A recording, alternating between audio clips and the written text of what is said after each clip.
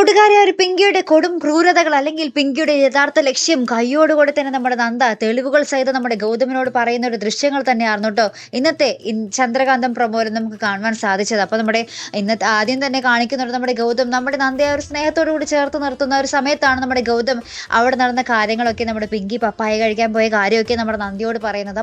അപ്പം തന്നെ നമ്മുടെ നന്ദ ഇങ്ങനെ പൊട്ടിത്തെറിക്കുകയാണ്.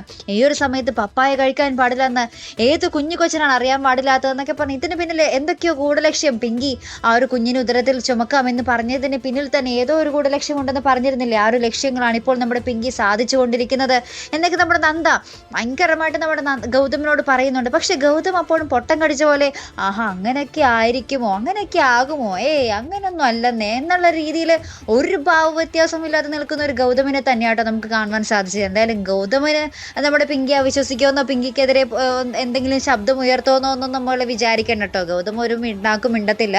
അപ്പുറത്തെ നമ്മുടെ ഇന്ത്യവരത്തിലെ മറ്റുള്ള കുടുംബക്കാരോട് പിങ്കി ഈ ഒരു പപ്പായ കഴിക്കാൻ പോയ കാര്യമെങ്ങാനും ഇനി പറഞ്ഞാൽ തന്നെ അയ്യോ അത് പിങ്കി മോളുടെ അറിവ് കേടാണ്, പിങ്കി മോൾക്ക് അറിയാൻ പാടില്ല എന്നിട്ടാണ് പിങ്കി മോൾ മനഃപൂർവ്വം ഇങ്ങനെ ചെയ്യോ എന്നുള്ള രീതിയിലൊക്കെ വർത്താനമായിരിക്കും അവിടെ നിന്നും വരാൻ പോകുന്നത്. അപ്പം എന്തായാലും നന്ദ ഈ ഒരു യുദ്ധത്തിൽ സ്വന്തം കുഞ്ഞിന് വേണ്ടിയുള്ള ഈ ഒരു പോരാട്ടത്തിൽ ഒറ്റപ്പെടുന്ന ഒരു ദൃശ്യങ്ങൾ തന്നെ ആയിരിക്കും നമുക്ക് കാണുവാൻ സാധിക്കുന്നത്. സ്വന്തം ഭർത്താവ് പോലും കുഞ്ഞിൻ്റെ അച്ഛൻ പോലും തൻ്റെ കൂടെ നിൽക്കുമെന്നുള്ളൊരു വിശ്വാസവും ഒക്കെ നമ്മുടെ നന്ദയ്ക്ക് നഷ്ടപ്പെടാൻ പോകുന്നതേ ഉള്ളൂ.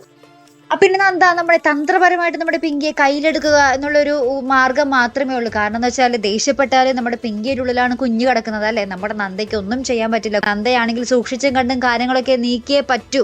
അപ്പം എന്തായാലും തന്ത്രപരമായിട്ട് നമ്മുടെ പിങ്കിയെ നന്ദയുടെ വരുതിയിലാക്കുക, അതിന് വേണ്ടിയുള്ള ഒരു കാര്യങ്ങൾ തന്നെ ആയിരിക്കും നന്ദ ചെയ്യേണ്ടിയിരിക്കുന്നത് അല്ലേ. അപ്പം എന്തൊക്കെയായിരിക്കും നന്ദ ചെയ്യാൻ പോകുന്നത്, നന്ദ എങ്ങനെ നമ്മുടെ പിങ്കിയെ വരുതിയിലാക്കും എന്നൊക്കെ നമുക്ക് നോക്കിക്കാണാം കേട്ടോ. അപ്പോൾ ഇതുപോലെ പ്രൊമോ റിവ്യൂസിനും എപ്പിസോഡ് റിവ്യൂസിനും ഒക്കെ നിങ്ങൾ മറക്കാതെ ചാനൽ സബ്സ്ക്രൈബ് ചെയ്യുക. അടുത്തൊരു വീഡിയോയുമായി വരുന്നത് വരയ്ക്കും ഗുഡ് ബൈ.